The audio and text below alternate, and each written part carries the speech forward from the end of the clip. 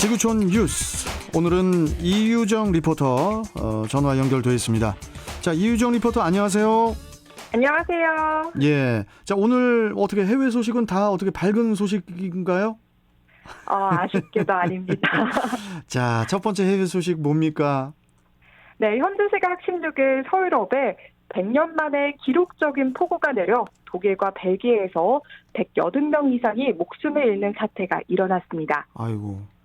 시간당 최고 160mm의 거센 비가 내리면서 강이 범람하고 주택과 도로가 침수됐고요. 네. 철도가 끊기고 일부 지역에선 정전이 발생하거나 식수 공급이 중단됐다고 합니다. 가장 피해가 컸던 서부 라인란트 팔츠주 아르바일러 지역에서만 110명이 숨지고 670여 명이 다쳤는데요. 네. 피해 지역의 통신과 전기가 끊겨서 정확한 실종자 수는 파악되지 않고 있고 대략 1000명 이상이 실종된 것으로 추산됩니다. 또 전기 공급망이 끊기며 독일에선 약 11만 4천 가구가 불편을 겪기도 했습니다. 네. 벨기에에선 100명이 넘는 사람이 실종됐고요. 또 네덜란드, 스위스, 룩셈부르크에선 사망자는 나오지 않았지만 이들 국가 역시 큰 피해를 입었습니다. 피해 규모가 가장 큰 독일은 2만 2천 명의 구조대를 투입해 수색과 복구 작업을 펼쳤는데요. 피해 복구에만 수십억 유로가 필요한 것으로 예상됩니다. 야, 이게 시간당 16cm잖아요. 160mm면. 네. 이게 진짜 그야말로 그 물폭탄이라고 할 수 있는데 갑자기 왜 이런 그 폭우가 내린 걸까요? 네, 기상학자들은 이번 폭우를 지구 온난화에 따른 기상재난이라고 지적했습니다. 연중 가볍고 골고루 비가 내리는 서한해양성 기후를 가진 서유럽에서 이번처럼 많은 폭우가 내린 것은 이례적인 일인데요. 지구 온난화로 기온이 올라가면 수분 증발이 많아져서 눈과 비의 강수량이 늘릴 뿐 아니라 강우 형태가 폭우로 형성되기 쉽다고 합니다. 네. 이에 따라 유럽 지역의 폭우와 홍수 현상이 장기화할 수 있다는 전망도 나오고 있는데요. 유엔 기후변화에 관한 정부 간 협의체는 지구 평균 온도가 1.5도 오르면 매년 약 500만 명의 유럽 주민들이 홍수를 겪을 것으로 예측했습니다. 예. 실제로 지난달 독일의 평균 기온은 19도로 1961년부터 1990년 사이 6월의 평균 기온보다 3.6도 높았다고 합니다. 요즘 이렇게 들려오는 소식 보면은 그 지구 온난화가 정말 심각한 것 같은 생각이 들어요. 미국에서는 이상고온 때문에 몸살을 앓고 있고 또 우리나라도 그 국지성 호우가 정말 그 말썽이지 않습니까? 참 이거 위기의식이 필요할 것 같아요. 네, 국내 이상고온 현상에 이어서 이번에 서유럽에 이례적인 폭우가 내리자 지구온난화에 따른 기상재난에 선진국 역시 충분히 대비되지 않았다는 의견이 나오고 있습니다. 지금까지 기후변화 피해는 저지대나 섬처럼 자연 조건이 불리한 데다 사회 기반 시설마저 취약한 개발도상국에 집중되는 경향이 있었는데요. 예. 하지만 이제 지구온난화의 피해가 선진국의 사회 기반 시설로도 감당이 힘들 정도라는 지적입니다. 이에 따라 이번 폭우 피해 국가에선 기후변화로 인한 폭우와 홍수에 대비해 조기 경보 체계를 재정비해야 한다는 목소리가 나오고 있습니다. 이번 사태는 관계 당국의 늑장 대응으로 피해가 커졌는데요. 유럽 홍수 시스템이 이번 주 초에 극단적 홍수 경고를 내놨고 독일 기상당국은 지자체에 경고를 보냈지만 당국이 적절한 대피 방법을 안내하지 않았다고 합니다. 예. 독일의 경우 일관된 매뉴얼 없이 지방 정부의 모든 폭우와 홍수 대책을 맡기는 시스템 때문에 제대로 된 대응이 어려웠고요. 유럽 당국들이 평소에 주요 강의 수위만 측정하고 규모가 작은 강의 수위는 신경 쓰지 않아 문제가 더 커졌다고 합니다. 재해 피해자들도 평소 잔잔했던 개울이 급격히 불어나며 집과 차가 잠기고 다리까지 무너졌다고 증언했습니다. 이처럼 사회 기반 시설들이 구실을 못하고 큰 피해가 발생하자 독일 정치권에선 기후변화 문제가 주요 이슈로 떠올랐습니다. 독일에선 차기 유력 총리 후보인 아르민 라셰트가 독일을 기후에 안전한 국가로 만들어야 한다고 했고요. 또 안나레나 베어복 녹색당 대표도 재해 현장에 찾아 극단적인 기상현상으로부터 주거 지역을 보호해야 한다고 말했습니다. 그렇군요.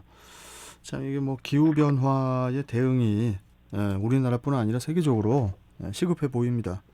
자, 다음 소식 전해주시죠. 네, 도쿄올림픽이 코로나 올림픽이 될 것이라는 우려가 확산되고 있습니다.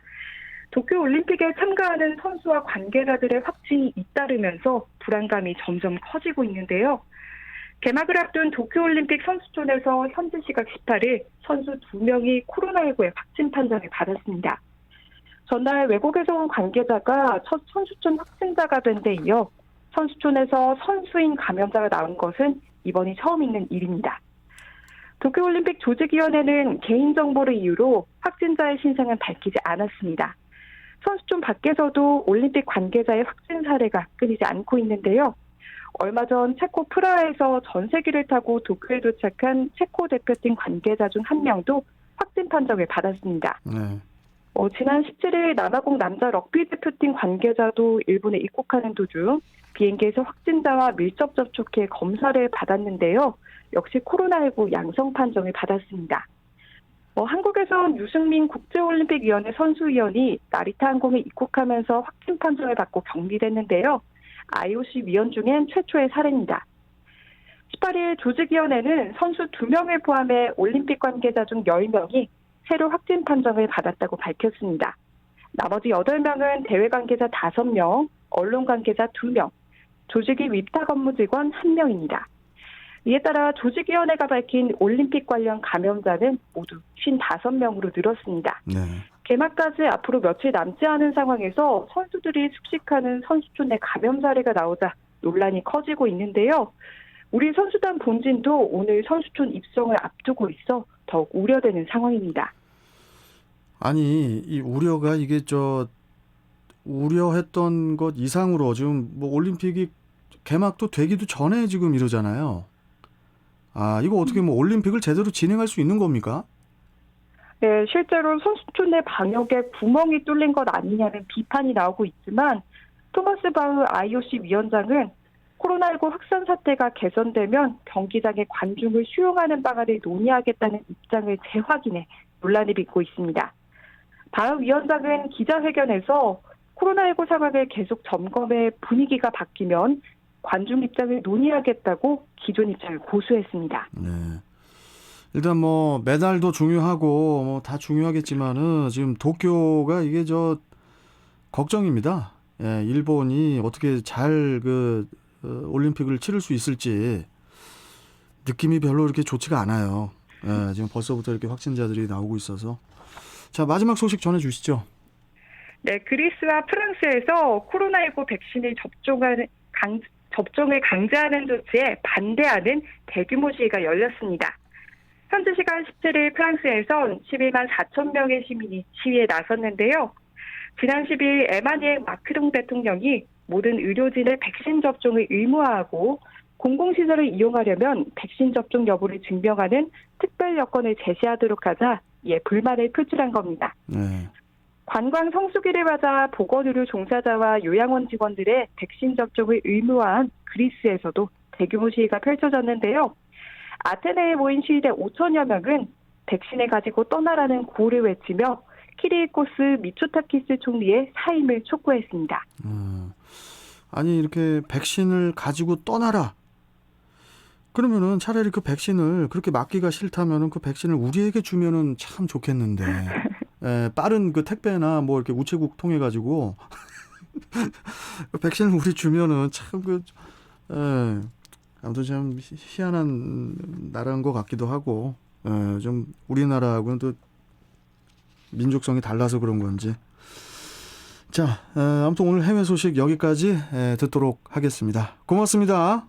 네, 고맙습니다. 네, 자 지구촌 뉴스 이유정 리포터와 함께 했습니다.